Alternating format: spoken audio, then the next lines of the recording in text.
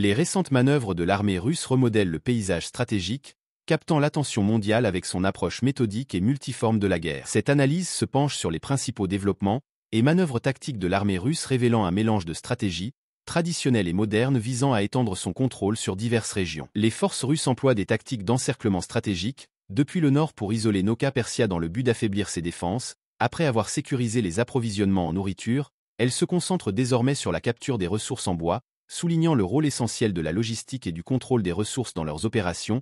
Les défenses ukrainiennes sont concentrées à Yenka et dans les zones basses environnantes à l'ouest, des positions vitales.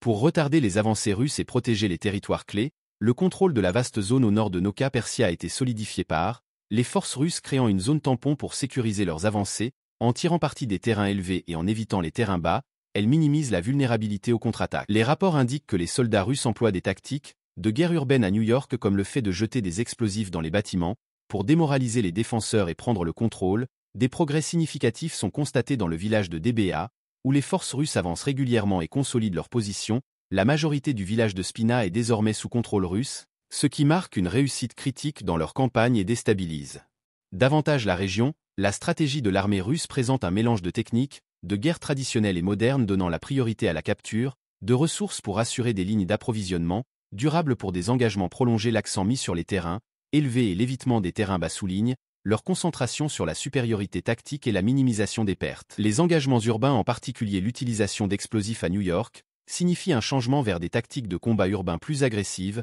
Par les forces russes, cela affaiblit non seulement le moral de l'ennemi, mais démontre également sa volonté de s'engager dans une bataille rapprochée pour atteindre ses objectifs. En revanche, les défenses ukrainiennes à Yenka et dans les zones environnantes font preuve de résilience et de profondeur stratégique en utilisant les défenses naturelles et en attirant potentiellement les forces russes dans des positions vulnérables. Malgré l'occupation russe d'un village stratégique, les forces ukrainiennes continuent d'exercer leur contrôle sur les positions du nord, ce qui remet en cause la sécurité des acquis russes et nécessite des efforts militaires continus. De violents combats persistent depuis Belowa, au sud le long de la voie ferrée, les forces russes progressant progressivement vers des positions fortifiées au nord de Pana. La résilience ukrainienne est évidente dans leur contre-attaque réussie à Kok et Wan, regagnant le terrain perdu et démontrant leur capacité tactique. De plus, les forces ukrainiennes ont traversé la frontière fluviale, capturant des positions fortifiées à l'ouest de Lyoka, démontrant ainsi leur prouesse stratégique. La guerre urbaine s'est intensifiée, les Russes prenant activement d'assaut des complexes résidentiels pour consolider leur contrôle,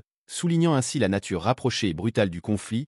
Les Ukrainiens détiennent un avantage significatif à Lehok, fournissant une base stratégique pour lancer de nouvelles opérations. Leur tentative de contourner les positions russes à proximité des zones fortifiées indique une manœuvre tactique visant à encercler et à isoler les forces russes. Cette situation fluide suggère que les deux parties sont capables de manœuvres risquées qui pourraient modifier l'équilibre des pouvoirs, les Ukrainiens exploitant les faiblesses des lignes russes, et les Russes intensifiant leurs efforts pour sécuriser et étendre leurs gains. Les contre-attaques et manœuvres de flanc ukrainiennes représentent un tournant critique dans le conflit. Leur capacité à regagner le terrain perdu et à défier les avancées russes met en évidence un changement potentiel de dynamique.